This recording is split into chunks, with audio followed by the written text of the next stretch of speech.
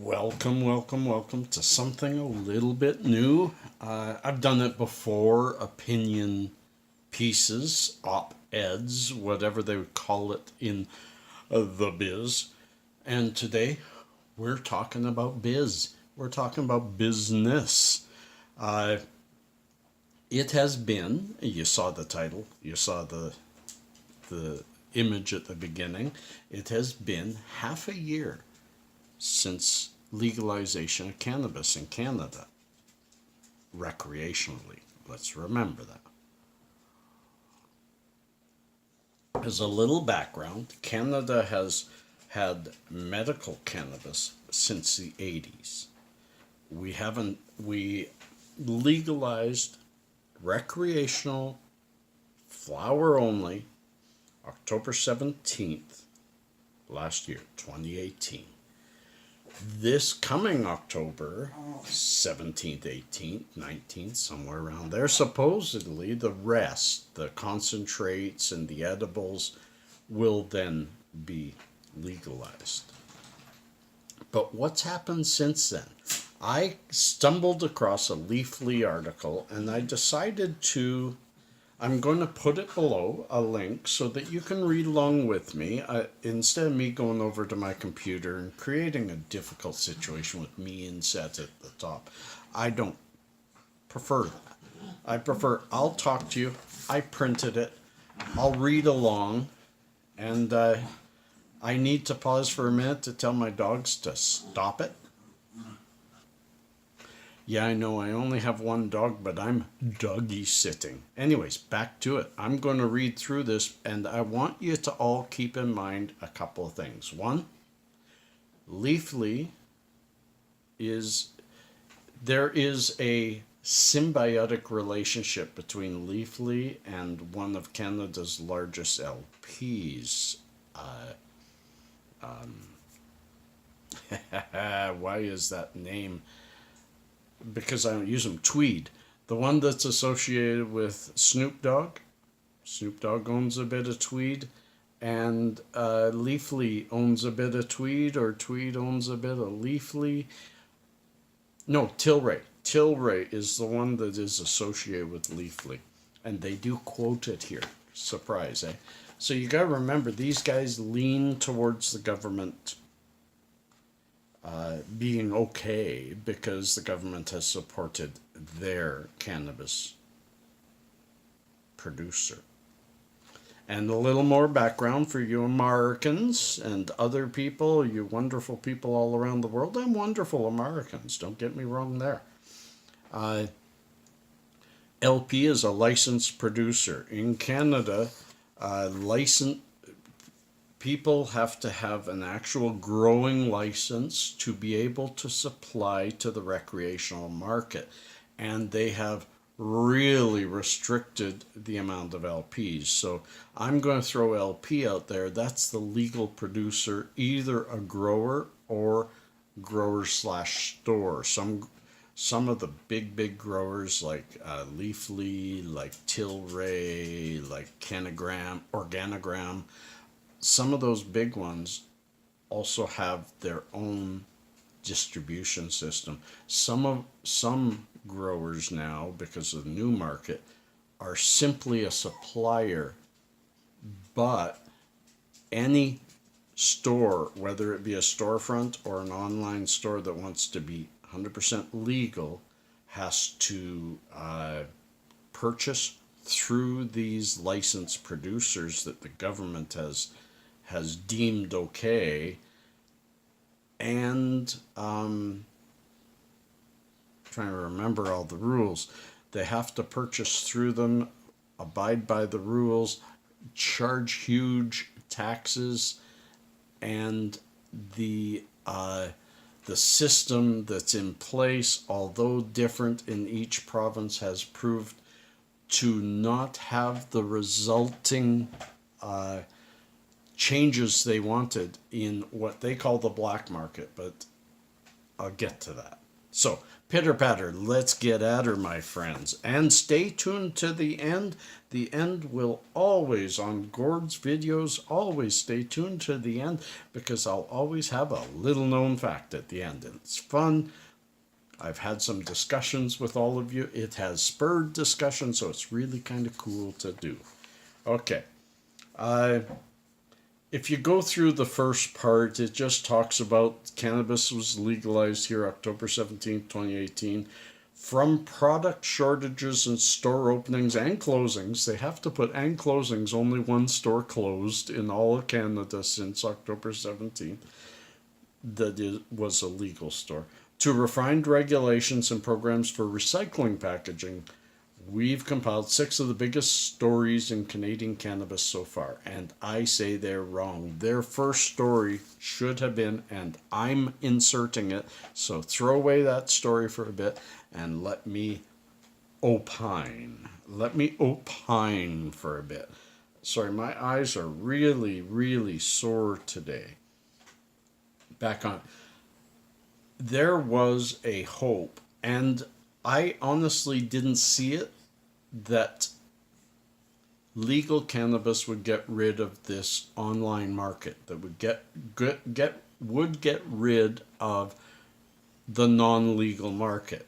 There was a hope, and you know what? I said to myself, and I said to all of you, it ain't going to happen. Just isn't going to happen. People are not going to pay that kind of price if they can't keep the price somewhat similar to the street black market or to the online gray market. If they can't do that, they aren't going to have many customers. And I was mistaken. Wrong is not a good word. Because I didn't know. There are hundreds of thousands, if not in the millions, Canadians who were waiting, didn't care about the price, were waiting for it to be legal.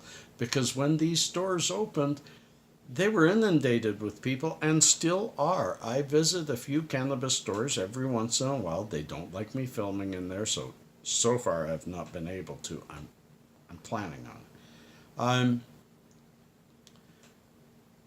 There was a big influx of Canadians who were willing to pay this price. And had the government done it correctly and ensured good supply, they could have met that early demand and hooked a whole bunch of people into the legal market. And they did not. They did not.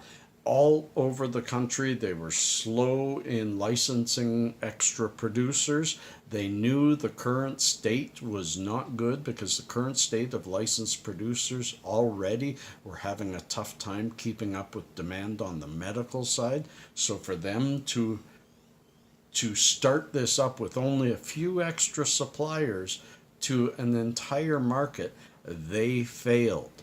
They did not get supply up. There is a bit of a talk in here about supply. This is going to be a longer one. I hope you stay tuned. Stay tuned. First piece, according to Leafly. Remember, think about that. Alberta leads the pack on retail. Alberta, my province, is doing pretty good, but not great. Alberta is leading the pack with 75 recreational stores licensed by the province at press time, more than any other province. Unlike other provinces, Alberta does not restrict the producer-affiliated stores and even allows each company to operate up to 15% of all brick and mortar cannabis stores. So 15% of the stores are are just mom and pop shops. We in Alberta really believe in the free market and free enterprise.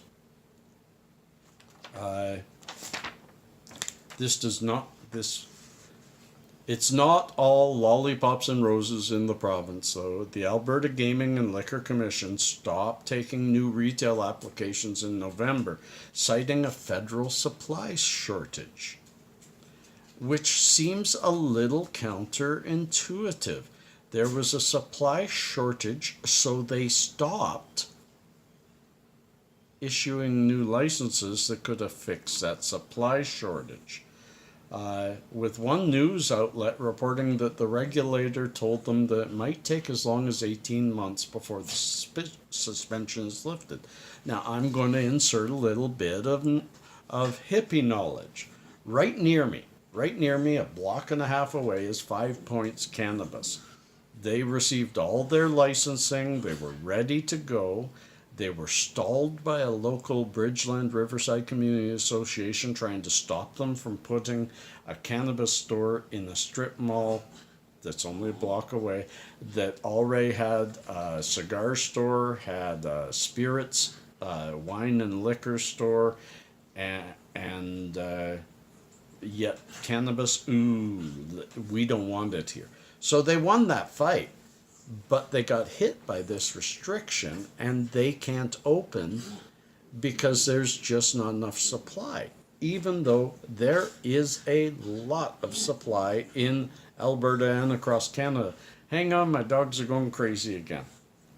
Had to yell at them. I hate doing that.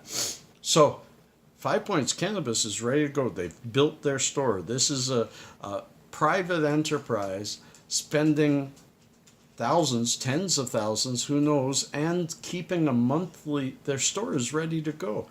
But they don't even know when they can actually open it, but they still got to pay their monthly bills, keep up the power, keep up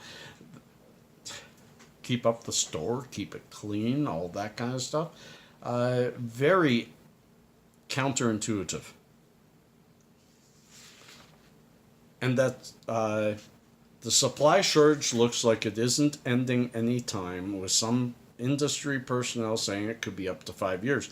However, it may be sooner. The Financial Post in February quoted Brock University's Michael Armstrong as saying that barring unforeseen circumstances, supply concerns will be resolved much more quickly than that based on the analysis of the government data. And I say so too. There's a lot of fear out there. They're trying to get people to go to these stores that already exist and trying to get them out of the market. If they want to do that, they have to unrestrict the supply. Free up a bunch of licenses and get people out there.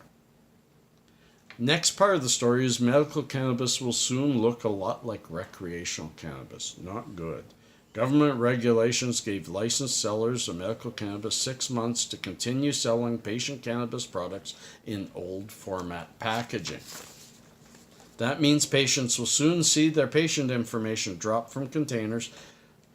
Okay, you can read the rest of this, but basically they're saying all packaging will look the same, but if you're a medical person, you'll be able to purchase more. So they're going to end up giving us cards that say, hey, I'm a medical person, which just a year ago, they told all the suppliers, stop giving cards.